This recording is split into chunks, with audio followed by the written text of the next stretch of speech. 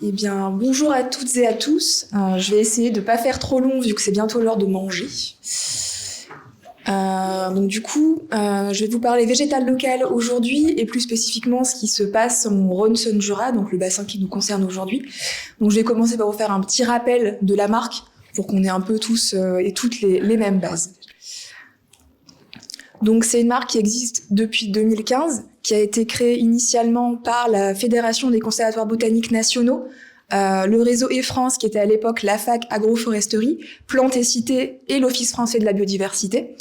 Donc aujourd'hui, la marque est propriété de l'OFB et c'est une marque qui est également le principe d'être également un label, donc qui peut être intégré dans tous les documents et notamment les marchés publics. Donc elle a été créée pour différentes raisons. Premier constat qui est général et que tout le monde connaît, qui est vraiment donc toutes les pressions subies par le vivant, que ça soit du fait des dégradations et destructions d'habitats naturels, tout ce qui va être surexploitation de ressources, mais également les pollutions, le changement climatique qu'on subit aujourd'hui, et également les invasions biologiques, avec notamment énormément de plantes exotiques envahissantes qui vont poser des soucis à différents niveaux.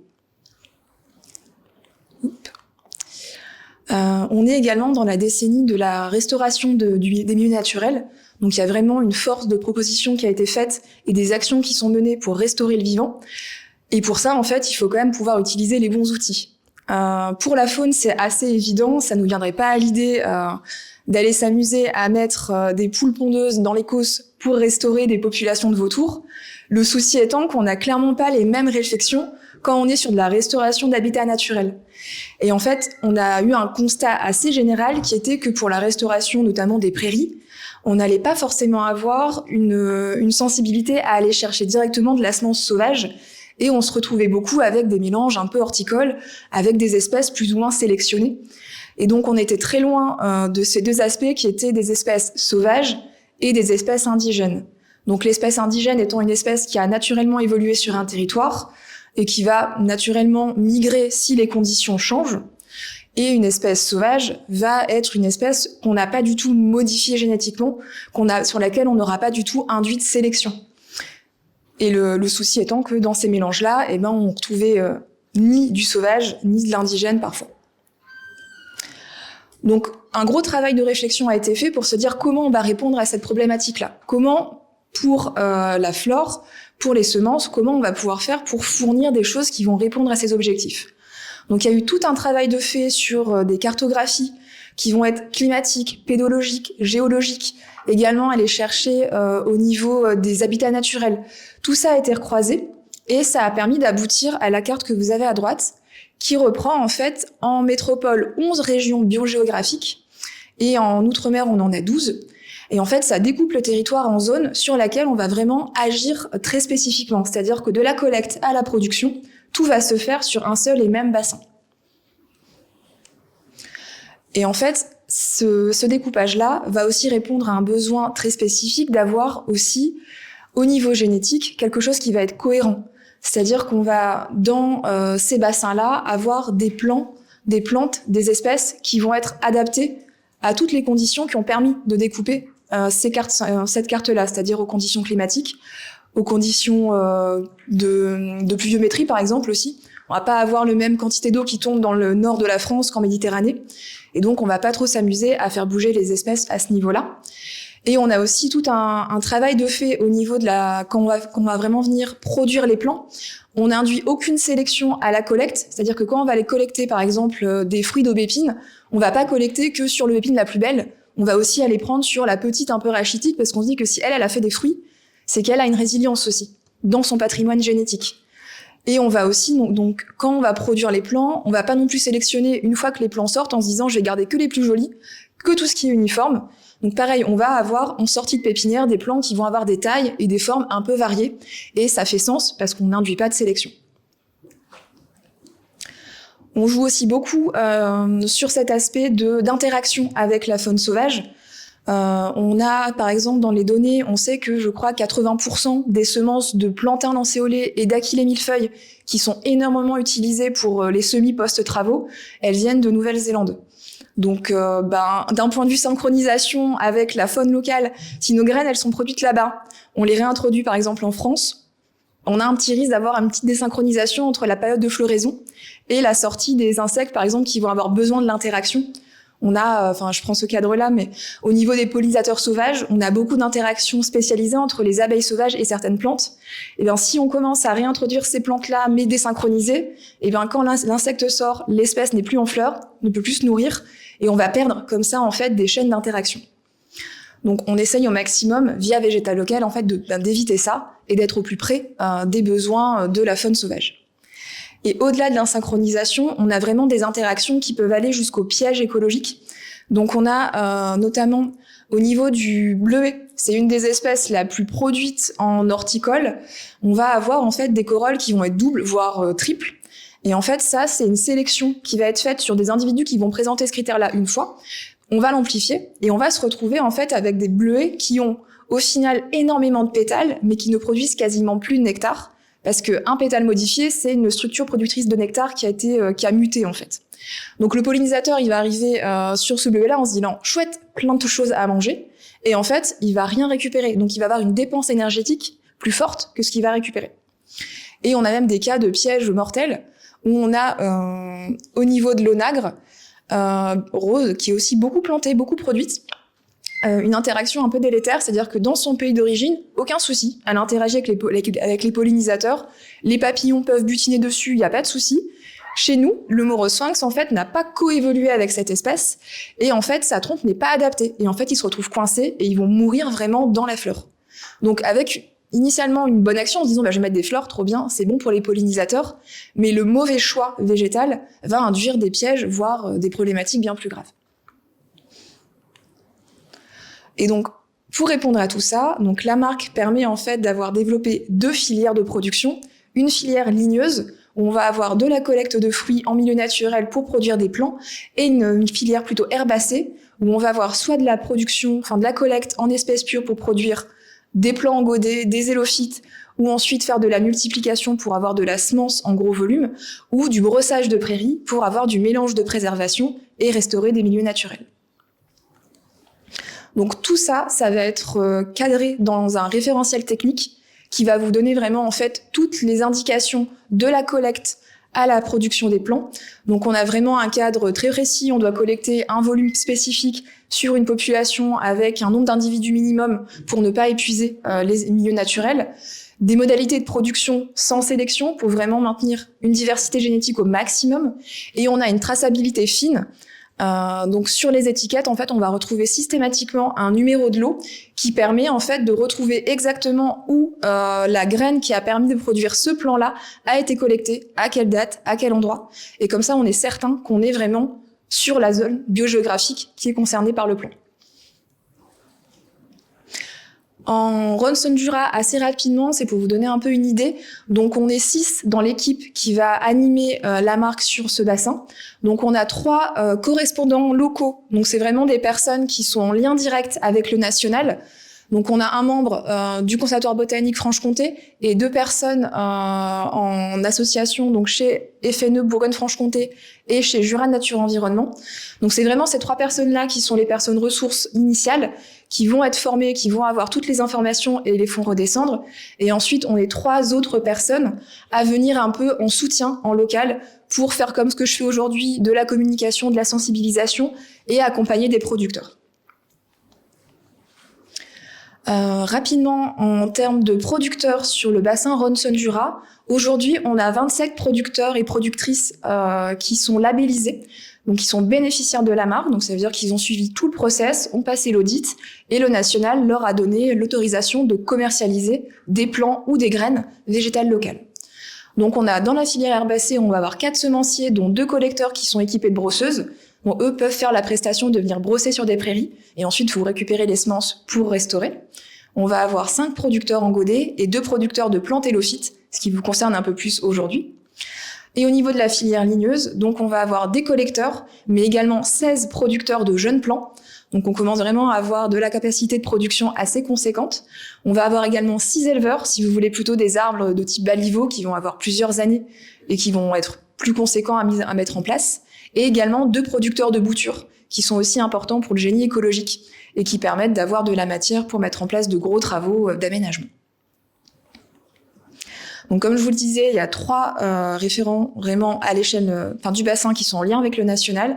Et si vous consultez Internet, sur la page Internet du site de la marque, vous allez également retrouver les contacts de tous les producteurs. Donc, vous allez avoir les coordonnées et également le type de produit qui va être mis en place, s'ils font de l'arbre, de la semence, de la plante élophyte, etc.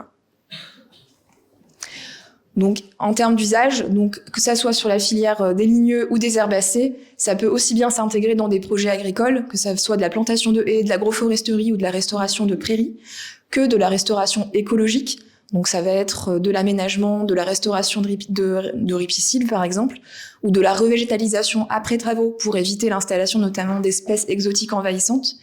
Et au niveau du paysage également, on peut essayer d'intégrer du végétal local dans certains aménagements, que ça soit le fleurissement urbain ou même des prairies fleuries en bord de collectivités. Je vous ai trouvé quelques retours d'expérience d'usage de la marque sur des projets vraiment d'aménagement, de gestion des eaux pluviales. Donc, tout d'abord, donc des projets qui ont été menés par Arbres et Forêts sur le département de l'Isère, si je ne dis pas de bêtises. Donc, eux, ils font plusieurs aménagements de type jardin de pluie qui ont déjà été présentés. Donc là, c'est notamment chez des particuliers. Donc, ça permet de faciliter l'infiltration des eaux et d'éviter toujours l'engorgement des systèmes d'évacuation. Donc là, en fait, ils s'inspirent de ces systèmes-là. Ils font tout l'aménagement et ils sont producteurs de plantes élophytes. Donc, ça permet d'avoir tout en circuit fermé. Donc, il y a un premier exemple qui est ici et un second où on va plutôt avoir un système de noues qui va venir alimenter un bassin. Donc, on va retrouver des espèces soit élophytes, soit plutôt hygrophytes, parce qu'il faut aussi se dire que ces aménagements sont pas toujours dans l'eau. Donc, il faut que les plantes puissent survivre quand l'aménagement n'est pas inondé. Donc voilà un petit exemple. Les petites recommandations qu'ils m'ont demandé de transmettre, c'était surtout de bien anticiper. Donc ils vont avoir du stock, donc ça peut sortir en quelques mois si c'est des semences ou des plants qu'ils vont déjà avoir. Mais quand ça va plutôt être des espèces qui ne sont pas dans le catalogue et qui sont nécessaires, c'est bien d'anticiper 1 ou 2 ans à l'avance parce qu'il y a toujours besoin soit d'aller collecter ou à minima trouver un site, d'aller collecter et de mettre en production. Donc ça, c'est un peu un leitmotiv qu'on va avoir dans Végétal Local, c'est l'anticipation au maximum. Deuxième exemple, en Île-de-France. Donc là, c'est une association qui a mis en place une mare de récupération des eaux de ruissellement également pour faire également irrigation sur le système de maraîchage qui est en place. Donc là, ça s'est fait en collaboration avec la pépinière Paris-Sifflore, qui est une pépinière végétale locale en Île-de-France. Donc, qui s'est occupé de faire tout le plan d'aménagement et de produire les 390 plants qui ont permis la végétalisation de cet aménagement-là, avec 18 espèces différentes. Donc là, j'ai une visibilité qui représentait 1 500 € d'achat de plants pour aménager. J'ai plus la surface du bassin, mais c'est assez conséquent. J'ai la photo juste après. Et l'idée, c'était de faire des îlots avec des espèces mélangées à chaque fois pour avoir une grande diversité et être également à la fois sur des espèces qui vont avoir les pieds dans l'eau jusqu'à des espèces plutôt hygrophytes qui vont supporter si le niveau baisse ou en tout cas si elles sont plutôt en haute berge. Et donc là, vous allez pouvoir voir donc à gauche au moment de l'implantation. Donc vraiment, c'était encore post-travaux, c'était une mare avec bâche, donc ils avaient remis de la terre végétale par-dessus. Et aujourd'hui, à droite, on voit bien que la végétation s'est installée correctement, ça se végétalise correctement, on a très peu de sol à nu, donc c'est assez satisfaisant et ça donne des beaux résultats pour le moment. Donc pour avoir un aperçu un petit peu du catalogue de cette pépinière-là, qui est vraiment spécialisée en élophytes, elle fait également quelques plants, elle fait aussi de la vivace, mais elle élève des élophytes en bassin. Autre exemple, dans le cadre d'une collectivité qui, elle, pour le coup, est labellisée végétale locale, qui s'occupe de la collecte et de la production, et qui a mis en place plusieurs aménagements d'infiltration des eaux en situation urbaine. Donc là, on a un exemple tout simple d'un rond-point avec donc des entrées qui permettent à la fois l'infiltration et le passage de l'eau en direct. Donc pour ce type d'aménagement-là, on va pas trop être sur des élophytes. Là, ils ont plutôt le parti de mettre des espèces qui vont mieux résister au sec, parce que là, on est vraiment sur un système très drainant, avec des systèmes minéraux et des galets par-dessous. Donc là, on va plutôt aller mettre de l'origan, du thym, des espèces qui vont supporter d'être plutôt au sec et qui vont pas être dérangées si à un moment, il y a un peu d'eau qui stagne pendant quelques heures, voire une journée. Plus conséquent à ce niveau-là, au niveau d'un lotissement, ils ont fait tout un aménagement de jardin de pluie, où vous allez avoir en fait l'eau qui arrive par la route, ça passe sous l'escalier par un avaloir et ça va venir en fait s'infiltrer rapidement par la pouzzolane, et si ça déborde, eh ben ça va pouvoir venir s'infiltrer via la zone qui a été végétalisée, où il y a également des arbres qui vont pouvoir venir pomper le surplus d'eau sur le long terme. Donc ils sont autonomes en termes de production et ils vont avoir une quinzaine d'espèces pour le moment sur laquelle ils tournent, et ils m'ont spécifié aussi qu'ils travaillaient sur des végétaux précultivés en tapis. Et ça permettait en fait d'avoir une implantation plus rapide et des meilleurs taux de reprise. Donc c'est aussi des méthodes qui sont assez intéressantes. Pour les élophytes, souvent aussi c'est mis en place sur des tontines qui sont souvent en coco, et ça permet de pouvoir implanter sur des berges ou sur des zones un peu complexes. Et c'est des alternatives plus efficaces parfois que la production un peu longue en terrine et ensuite en godet. Et pour terminer, pour avoir un exemple plutôt de restauration de milieu naturel, donc là c'est le Conservatoire botanique national du Massif central qui a réalisé tous des travaux, qui a accompagné les travaux d'effacement d'un plan d'eau qui était sur une rivière. Et donc là en fait on avait énormément de surfaces qui se sont retrouvées en sol nu. Et là le parti pris c'était de pouvoir rapidement ajouter un couvert végétal. Donc ils sont allés récupérer en fait des foins. Donc il y a vraiment eu une collecte de foins sur des prairies juste à côté. Donc là en termes de végétaux locaux, on était au maximum d'un point de vue cohérence, et de directement venir l'étaler. Donc on a souvent deux options, soit on sème on fait du semis de semences, soit on fait de l'étalage de foin vert pour pouvoir végétaliser au plus vite. Et ça a permis à la fois d'éviter les effets érosifs, mais également limiter l'implantation d'exotiques envahissantes. On sait que notamment l'ambroisie adore les sols nus. Donc dès qu'on peut végétaliser rapidement et avoir un couvert, c'est l'idéal. Et là, vous pouvez voir donc ça a été mis en place en 2017, 2018 premier suivi, et 2020 couverture végétale quasiment à 100%. On retrouve vraiment une diversité qui est cohérente avec le milieu, et on a une fonctionnalité aussi qui est faite. Donc voilà pour les retours d'expérience, et je vais terminer rapidement sur la prescription de végétal local. Parce qu'il y a eu tout un guide qui a été mis en place fin 2024 et qui permet vraiment de répondre, je pense, à toutes les questions qui peuvent se poser sur la prescription.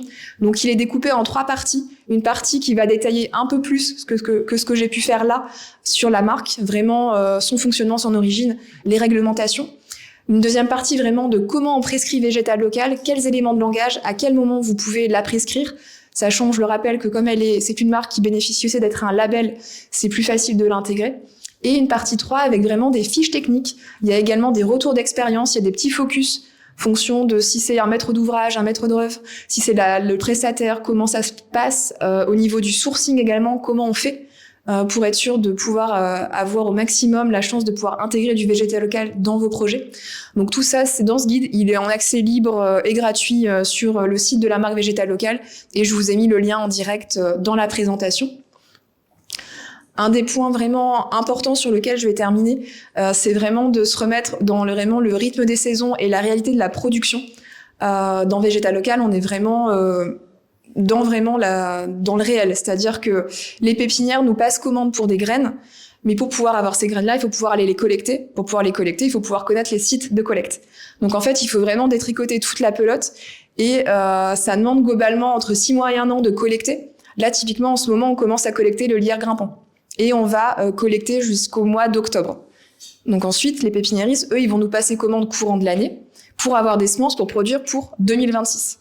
Donc globalement, il faut avoir 2 ans de visibilité pour pouvoir produire à terme un jeune plant, et plus si on veut plutôt implanter du baliveau qui va demander un travail plus long pour élever le plant, pour qu'il soit conforme aux attentes et qu'il puisse avoir une implantation la mieux réussie possible. Donc c'est long pour les ligneux, ça peut être plus ou moins équivalent pour les herbacées. Donc on va toujours avoir cette problématique de connaître les sites, de pouvoir collecter. On est aussi très tributaire de la météo, et des fois on a des années où les espèces sortent peu, où ça va fructifier très tôt, et il faut qu'on soit aussi dans la bonne fenêtre de tir pour collecter. Mais toujours est-il qu'on a toujours au moins 1 an d'anticipation entre la collecte et la production, et plus si on a besoin de multiplier de la semence. Si c'est vraiment une commande spécifique, où on veut un mélange avec 15 espèces spécifiques de vivaces, et si c'est pas en stock, il faut pouvoir faire une pré-collecte, les mettre en multiplication, Si c'est pas suffisant, refaire de la multiplication pour à terme avoir les bonnes quantités. Donc ça demande un peu de logistique. Ce qui est le plus rapide, c'est de brosser une prairie. En général, on brosse début juin. Les semences ensuite, elles vont être mises à sécher, elles vont être triées et elles peuvent être semées à l'automne de la même année. Donc ça, c'est clairement ce qui peut aller le plus vite en termes de production et d'accessibilité à du végétal local. Donc, en petite synthèse rapide, dès qu'il y a un aménagement de fait à un endroit donné, ce qu'on préconise au maximum déjà, c'est de conserver ce qui est existant. C'est possible de déplacer des végétaux et de les réimplanter à la suite de vos travaux. Clairement, c'est pas toujours évident. Au moment où vous passez plutôt dans un marché public où vous allez vouloir demander du végétal local, il est impératif de spécifier la zone d'origine pour être sûr que vous ayez des producteurs qui correspondent à votre zone et des plants qui correspondent à votre zone. Et donc de pouvoir anticiper au maximum, même si ça on en a conscience, c'est très compliqué de pouvoir se dire à 2 ans, il va me falloir 150 érables champêtres et 300 kilos de semences. Mais c'est toujours un peu la problématique. Et du coup, le mettre en place des contrats de culture, ça permet à minima de s'engager sur des espèces qui vont être sûres d'être placées. En fait, il y a des espèces où vous savez que vous allez peut-être vous en servir. Et même si tout n'est pas pris, ça permet aussi aux producteurs de les placer facilement. Tout ce qui va être noisetier, érable champêtre. Je prends les exemples plutôt sur les ligneux, mais des espèces très communes. Et c'est toujours réajustable. Il y a toujours une possibilité de s'y retrouver. Et de pouvoir faire des suivis et des retours d'expérience, c'est aussi important parce que ça permet de valoriser ce qui est fait en termes d'aménagement. Et nous, ça nous permet, en tant qu'animateurs correspondants, d'avoir du retour d'expérience à transmettre à d'autres aménageurs, aux producteurs, à leur montrer qu'il y a des choses qui se font et d'améliorer aussi notre accompagnement et de répondre au mieux aussi à vos besoins et à vos questionnements. Et donc voilà, merci pour votre attention.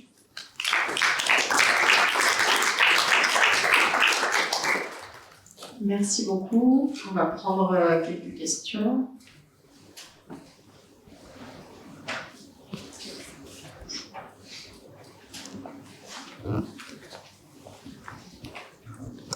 Bonjour, Julie Weiss, direction du cycle de l'eau de la métropole de Lyon. Je voulais simplement savoir si vous avez donc beaucoup de contrats signés avec les villes, les collectivités. Alors, pour le moment, on n'a pas de contrat à ma connaissance. En tout cas, sur le bassin de Rhône-Saône-Jura, nous, on essaye vraiment d'animer au maximum. Dès qu'on rencontre une collectivité, on leur parle végétal local. Donc nous, on est basé à Bourg-en-Bresse et on a des échanges en cours avec la commune pour pouvoir essayer d'intégrer ça au maximum. Et sinon, nous, on a trouvé aussi l'opportunité via les marathons de la biodiversité. On demande, dès que possible, d'intégrer un minimum de végétal local. Donc nous, là, on est sur le marathon de Grand-Bourg Agglomération et on a demandé un minimum de végétal local dans les plantations de haies. Donc on arrive à le faire parce qu'on commande très tôt et on fait des grosses commandes avec des grosses pépinières qui sont végétales locales. Et l'idée, c'est de pouvoir communiquer au maximum. Je sais que les collègues côté Jura aussi ont des petits bouts d'expérimentation qui ont été faits, il me semble. Donc il y a des choses qui avancent, mais il n'y a pas encore de contrat proprement parlé.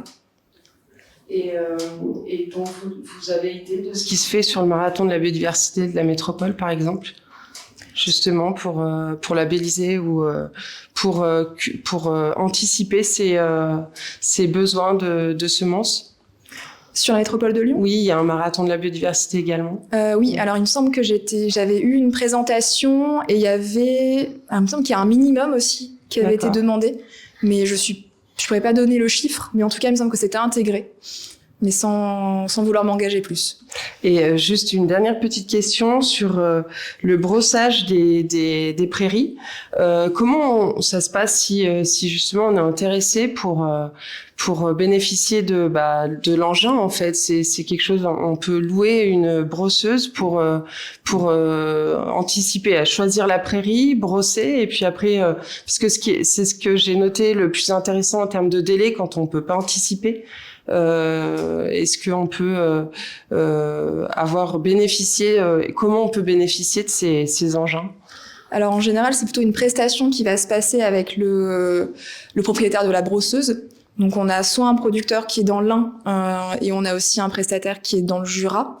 Et en fait, ça va être une prestation de brossage, en fait, parce que c'est une machine. Là, pour le coup, celle dans l'Ain, elle a été faite par une CUMA avec un syndicat de rivière. Et en fait, il y a tout un système d'organisation. Donc, elle est au niveau de la CUMA. Et ensuite, il me semble qu'elle peut être utilisée en prestation. Mais du coup, c'est l'agriculteur qui a la brosseuse qui vient faire la prestation. Donc après, je sais pas jusqu'à quelle distance elle peut être mobile aussi, parce qu'en fait, c'est vraiment un outil qui est mis devant le tracteur et qui ensuite permet de venir brosser la prairie. Après, je sais également, il me semble qu'il y a des équipements équivalents chez les collègues du conservatoire botanique alpin. Mais voilà, il faut voir au niveau des rayons de déplacement et quels sont les besoins, les volumes, etc. Sachant qu'il y a besoin dans tous les cas de faire sécher la semence pour pouvoir la ressemer. On peut pas la semer en verre en direct. Donc ça va être toute une logistique, mais ça peut être intéressant de voir en effet s'il y a déjà des sites connus, des surfaces, de voir s'il y a des choses envisageables au niveau prestation en fonction de la distance. D'accord. Merci.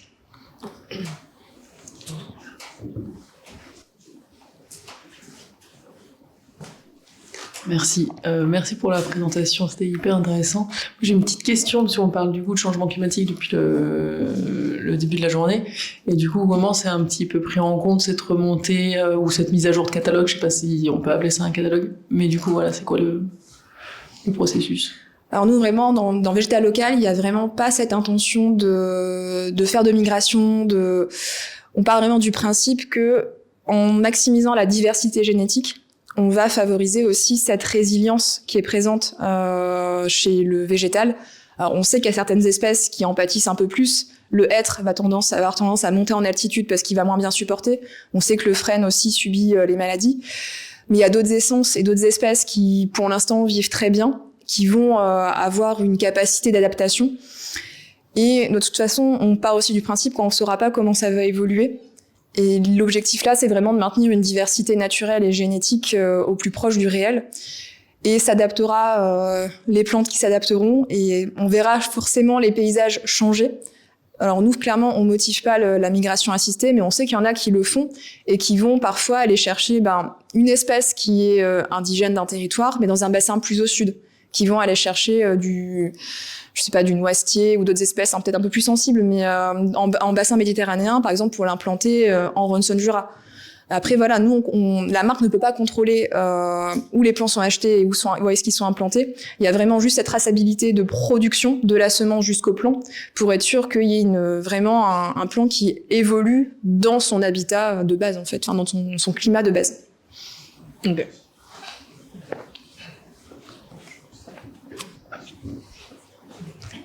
Bonjour.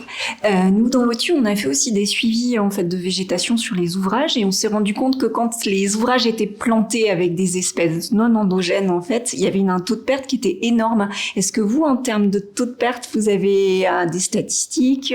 Parce que je pense qu'ils reprennent beaucoup mieux, donc du coup, il y a moins, même si l'achat peut-être est plus élevé, on a moins de pertes au final sur les ouvrages. Alors, on n'a pas du tout de données là-dessus.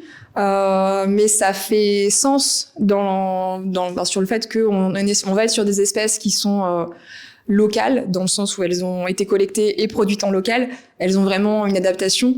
Et ça va être des espèces qui vont être aussi un peu plus rustiques, parce que on va partir de semences qu'on a prises sur des plants là qui vont être hyper variés. On en revient toujours à la diversité génétique, à la résilience et à la capacité d'adaptation d'espèces sauvages qui n'ont pas subi de sélection. Mais l'idée là, c'est qu'on voudrait bien à un moment réussir à avoir des petits retours comme ça comparatifs, et on y travaille un petit peu. Donc peut-être qu'à un moment ça viendra et on pourra peut-être communiquer un peu plus sur un comparatif végétal local versus non végétal local.